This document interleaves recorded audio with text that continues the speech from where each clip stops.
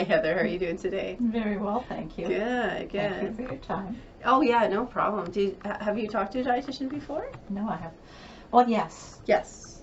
Okay. I am a retired licensed practical nurse, so I have talked to dietitians about my patients. Right, right. So you know kind of what they do in the hospital? Yes. Dietitians work in the hospital, yeah.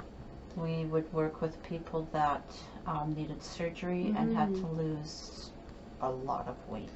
Oh, okay.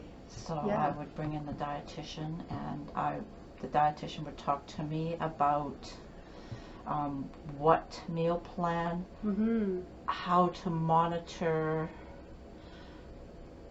foods that were coming in that they shouldn't be having, and the people that were coming in, watch what they brought into the hospital and such like this. Yeah. So it was more a monitoring thing, and they were put in isolation. Yeah. And sometimes we would have to try to restrict the people from coming in. So yeah, sometimes dietitians are more like the food police, hey? Yes. That's a lot of people think about dietitians as the food police, but that's not necessarily true. In other ways, we are hoping to increase variety and helping people eat more foods. You know, sometimes the diets get so restrictive that, or the way people think about food starts to limit, the way they feel about life and things like that. So, there's a wide range of things that dietitians do. But you're right, sometimes we are the food police. It sounds like it. So, when you were just telling me earlier before that you had tried the TOPS program. Yes. Yeah, and how was that for you? It's really good. Yeah. Since I started in 2007, I have lost 43 pounds. Yeah, yeah. And do you find do you get a lot of support from the TOPS groups? Yes. Yeah. So. And they have speakers come in. We will probably be asking you to come and talk to our group as well once COVID has passed. Yeah, I would love to be able to come and talk to your group. That would be wonderful. Yeah. The one thing I have wondered is what is a good, is calories the thing now? Or is exchanges? What do you promote? Well, I actually use meal planning software and trying to get away from calories, trying to get away from food exchanges and things like that, and start looking at building a routine that works for you. I find that healthy people tend to adopt a healthy routine that works for them. And instead of being really focused in on what to eat, am I eating too much, this sort of thing, people get into a bit of a routine. In fact, that's what lands a lot of people into trouble, is they've gotten into this routine that has added a lot of extra calories to their diet, and it's really hard to change routines. So what I do is I try to get people to start shifting their routine into something that's a little bit more of a healthier pattern.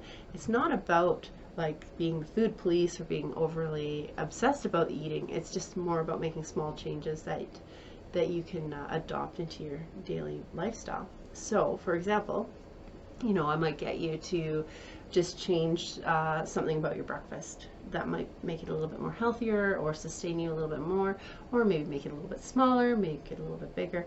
But just to start making those shifts in your diet that are easy to adopt and not hard, not really hard to do, but start to contribute to a healthier lifestyle. So because I'm just feeling like a lot of people have spent a lot of years focused in on food and trying and really struggling with eating, and I want to make things a lot easier. Yeah. So I use this meal planning software called Eat Love. Yeah. So what it does is it actually has a computer algorithm behind it, and I put in the prescription of what you need, and we base that on doing a nutrition assessment of what you normally eat, and then we make adjustments as you use the meal planning software to make sure that's working for you.